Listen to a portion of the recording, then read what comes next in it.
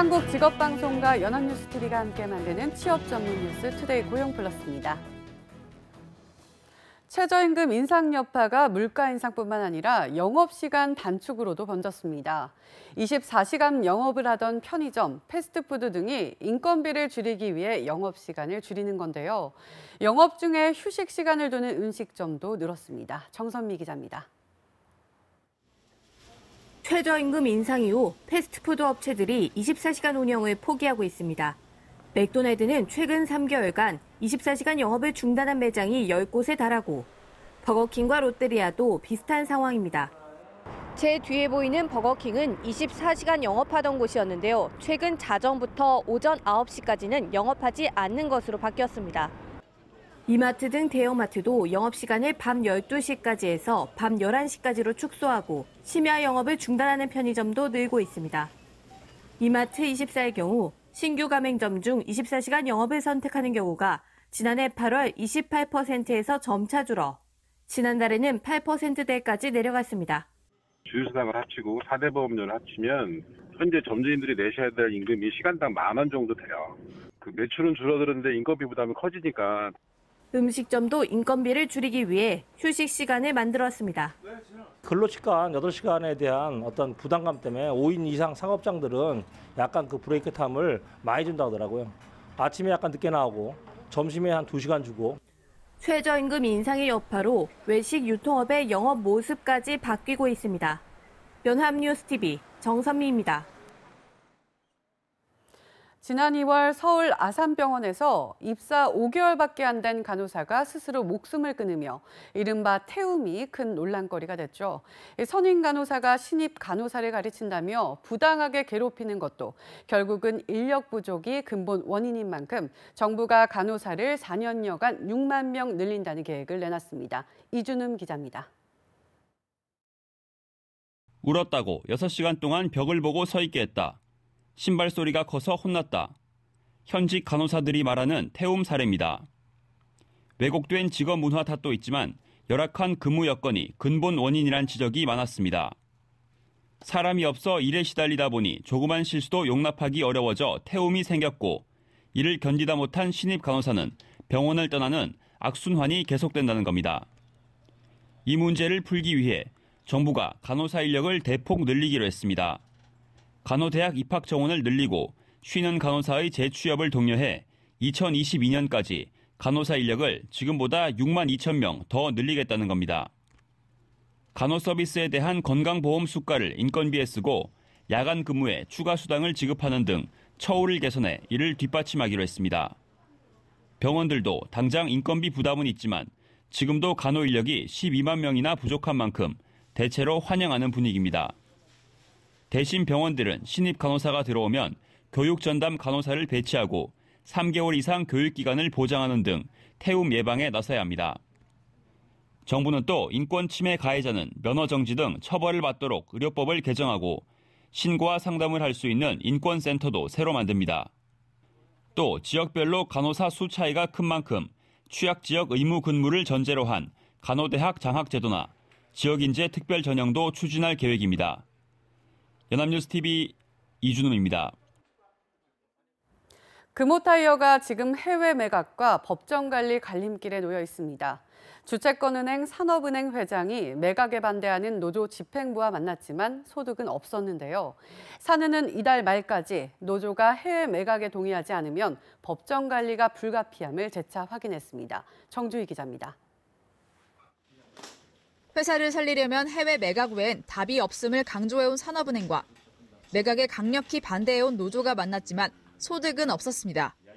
금호타이어가 6,400억 원의 증자를 결정하면 이 지분을 더블스타가 사들여 지분 45%를 확보하는 방식으로 경영권을 넘긴다는 채권단의 방안에 노조가 반대 입장을 재차 확인한 겁니다. 노조와의 대화를 위해 광주 공장을 찾은 이동걸 사는 회장은 매각의 불가피성을 강조했습니다. 회사를 살리기 위해서는 더블스타의 매각과 더불어 노조와 저희가 좀 합심해서 같이 노력해야 된다는 그 당위성을 설명하면서 새로 태어나는 금호타이어 산업을 어떻게 투명한 기업으로 만들고 책임 있는 기업으로 만들 건가를 전향적으로 같이 검토해보자. 하지만 노조도 물러서지 않았습니다. 고용불안, 기술 탈취 등 이른바 먹튀 가능성이 크다는 겁니다. 우리들의 생존권과 고용을 안정적으로 추구하는 것은 그건 당연한 거라고 보고요. 더블스타나 채권단에서 그들이 얘기하는 안전장치는 저희들이 봤을 때 추상적이고 아무런 법률적 효력 가치도 없고. 노조는 또 해외 매각이 결정된 상태에서 대화는 제한적일 수밖에 없다며 주말까지 총파업을 벌이기로 했습니다. 하지만 생산직 노조의 격렬한 반대와 달리 일반직 사원들은 매각을 지지하고 나서 직원들 간의 의견도 갈리기 시작했습니다.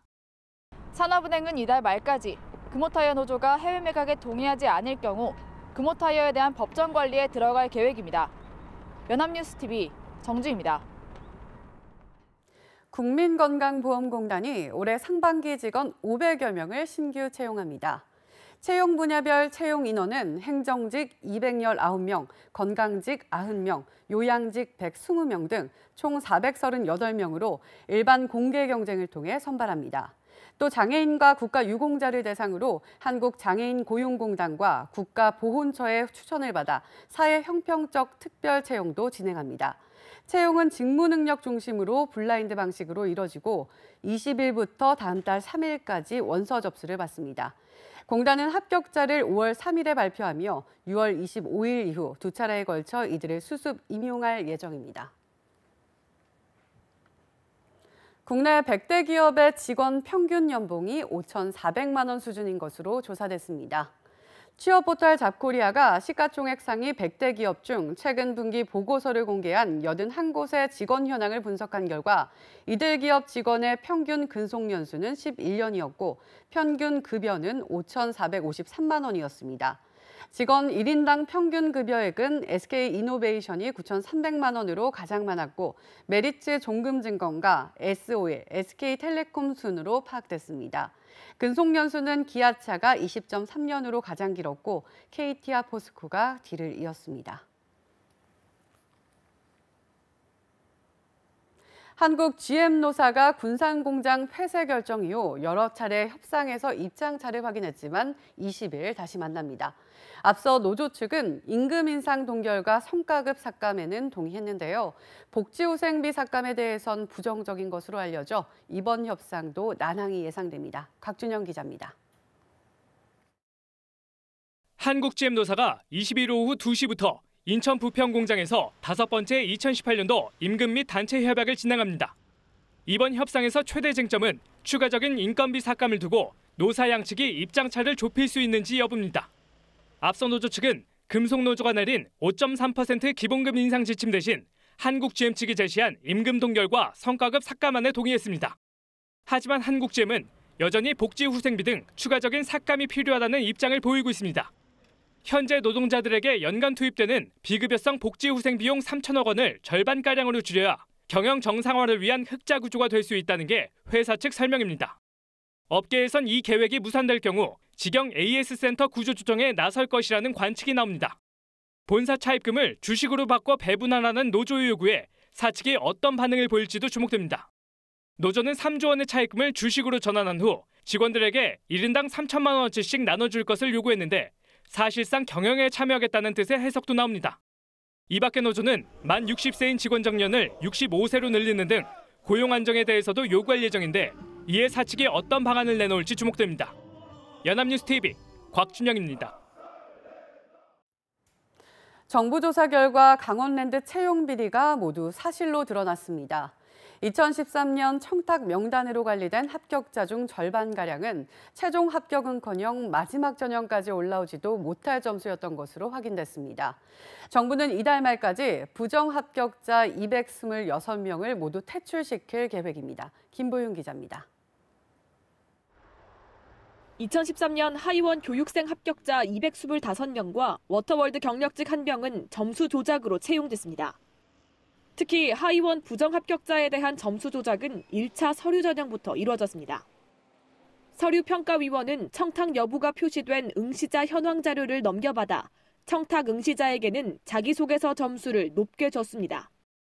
임사 담당 직원이 직접 서류평가 시스템에 무단 접속해 점수를 올려놓은 사실도 조사 결과 드러났습니다. 심지어 2차 인적성 평가에서는 탈락자를 구제하기 위해 아예 2차 전형 점수를 평가 항목에서 제외시키기까지 했습니다. 각종 청탁에도 불구하고 면접에서 최종 탈락한 21명을 다시 붙일 때는 더 과감했습니다. 지역구 국회의원실이 이들도 합격시키라고 압력을 넣자 인사 담당자는 합격자 명단 아래에 21명을 추가하고 기존 점수는 무시한 채 총점만 합격선으로 맞췄습니다. 워터월드 경력직으로는 국회의원 비서관 출신 A씨를 뽑기 위해 그에 맞는 맞춤형 조건을 내걸었습니다. 산업통상자원부는 226명에 대한 부정 청탁자는 총 30여 명으로 강원랜드 사장과 국회의원, 지역 유지 등이 포함됐다고 설명했습니다. 정부는 부정 합격자 퇴출에 의한 사익 침해보다 사회 정의를 회복하는 공익이 더 크다며 이달 말까지 이들 전원을 퇴출시키겠다고 밝혔습니다. 연합뉴스TV 김보윤입니다. 정부 혁신 종합추진계획은 각종 정책에 국민이 더 많은 목소리를 낼 수 있게 하는 게 핵심입니다. 정보 개방을 확대하고 복잡한 서면 행정은 디지털 서비스로 대체하는 동시에 민원인들을 불편하게 해온 부처 간 칸막이는 드러내겠다는 겁니다. 강은나래 기자입니다. 인권과 안전, 환경 등 사회적 가치에 초점을 두고 공공 서비스를 확대합니다. 중증 희귀질환자 맞춤형 에너지 바우처 제도 등을 추진하고 내년부터는 사업 예비 타당성 조사에서 사회 영향 평가도 합니다. 정책 추진 초기부터 국민 참여를 늘리고 공공자원은 확대 개방합니다. 국민 참여 예산제 법령 심사제를 도입하고 광역단체별로 국민 감시단도 신설합니다. 국민 제안 사이트 온라인 광화문 1번가를 상설화하고 오프라인 센터도 만듭니다. 앞으로는 예약 결제로 공공기관 강당이나 주차장 등을 손쉽게 빌려 쓸 수 있게 됩니다. 공공 데이터도 전면 개방해 유해 화학 제품 목록이나 닭, 계란 등 이력 정보를 직접 확인할 수 있게 하고 빅데이터 분석으로 사고 시 골든타임 단축을 위한 개선 작업도 벌입니다. 주민등록등본 등 증명서를 직접 떼는 불편함은 모바일을 활용한 가칭 전자문서 지갑이 개발되면 사라질 전망입니다. 공직사회도 달라집니다. 2022년까지 정부위원회의 여성과 비수도권 위원 비율을 각각 40%까지 확대합니다. 채용 비리와 부정청탁에는 원스트라이크 아웃제를 적용하고 특히 부정청탁을 받고 일하다 적발되면 반드시 형사고발도 합니다. 퇴직자를 직무 때문에 만나려면 미리 신고해야 하고 퇴직자 취업 제한 기간도 늘어납니다. 성폭력으로 벌금형 이상을 받으면 무조건 퇴출이고 징계 이력만 있어도 실국장 보직에 제한을 두는 방안이 검토됩니다. 또 공동 전자결제 시스템을 도입해 부처 칸막이를 없애고 벤처형 조직을 통해서 다양한 정책 아이디어를 시험 운영합니다. 연합뉴스TV 강은나래입니다. 대기업 10곳 중 한 곳은 올해 상반기 채용 규모를 작년보다 줄이거나 아예 뽑지 않을 계획인 것으로 나타났습니다. 전국경제인연합회 산하 한국경제연구원은 여론조사 기관 리서치앤리서치에 의뢰해 매출액 500대 기업을 대상으로 조사한 결과 응답 기업 182개사 중 올해 상반기 신규 채용 규모가 작년보다 적은 곳은 17곳이었고 5곳은 아예 채용 계획이 없다고 밝혔습니다. 기업들이 신규 채용을 늘리지 못하는 데는 업황 악화와 인건비 부담 증가 등 기업의 대내외 여건 악화가 영향을 준 것으로 분석됐습니다. 금융 실적이 부족해 불이익을 받은 사회 초년생이나 주부들도 금융 빅데이터에 의한 신용점수 산정으로 대출을 받을 수 있게 됩니다. 금융위원회는 이 같은 내용을 담은 금융분야 데이터 활용 및 정보보호 종합방안을 발표했습니다. 금융위는 상반기에 빅데이터 분석 이용의 법적 근거를 명확하게 해 다양한 활용이 가능하도록 합니다. 공공목적 분석에 한정됐던 데이터 분석이 공공요금 납부 실적 등 비금융 정보로 개인 신용정보 점수를 분석하는 등 컨설팅 업무까지 넓어집니다. 정부는 개인정보가 함부로 활용되지 않게 자기 정보 활용권을 보장하겠다고 덧붙였습니다.